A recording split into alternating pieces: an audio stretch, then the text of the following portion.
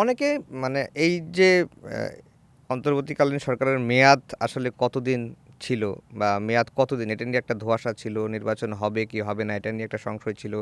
তফসিল ঘোষণার পরে সেটি অনেকটা কেটে গেছে। তারপরেও রাজনৈতিক নেতাদের নানা বক্তব্যের কারণে মানুষের মধ্যে এখনও কিন্তু প্রশ্নটা আছে।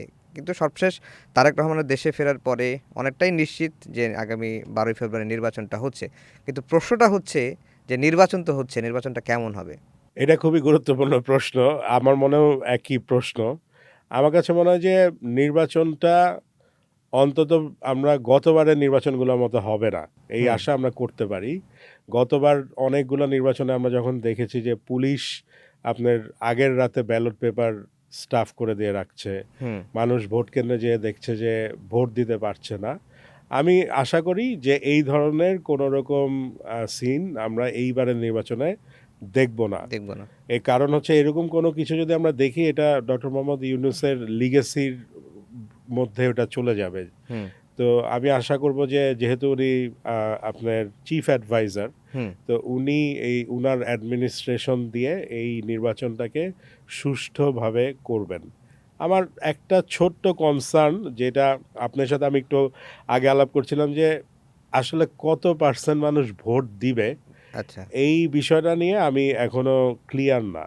এটা একটা হতে পারে যে যেহেতু আপনার মতো আমি ঢাকা শহরেই আছি, হুম, তেমন ভোটের কোনো আমেজ দেখা যাচ্ছে না। এইখানে নিউজ পেপারের এবং মিডিয়ার সাইকেলগুলা দেখা যাচ্ছে যে আমাদের এই যে ওসমান হাদির মতো একজন তুখোড় ছাত্রনেতাকে এভাবে হত্যা করে মারা, হুম, তারপরে ডেইলি স্টার, প্রথম আলোতে মতো মিডিয়াতে আগুন দিয়ে দেয়া হুম। এবং এই যে রিসেন্টলি আপনার এর নাম কি? স্বেচ্ছাসেবক দলের মোসাব্বির। একজনকে এই হত্যা করা, তারেক রহমানের আগমন, আ বেগম খালেদা জিয়ার মহাপ্রয়াণ।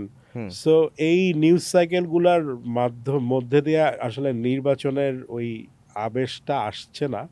কিন্তু আমি এবং আশা করছি যে মিডিয়াগুলো চেষ্টা করছে কিন্তু ফিলটা ক্রিয়েট করাতে পারছে ফিল্ডটা না। ক্রিয়েট করতে পারছে না এবং তারপরেও তো কিছু শঙ্কা আছেই। হুম, আপনার নির্বাচনের সহিংসতা হতে পারে আগে এবং নির্বাচনের দিন বলে অনেক বিশ্লেষক মনে করছেন। আপনি দেখেছেন যে বিএনপির একজন নেতা মিডিয়াতে এসে বলেছেন যে উনি বুলেট প্রুফ জ্যাকেট পরে ঘুরছেন।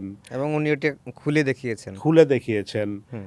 আম এবং নির্বাচনকে সাবোটাজ করার জন্য বহু গ্রুপই আপনার এখনো তৎপর, ওইদিনও হতে পারে।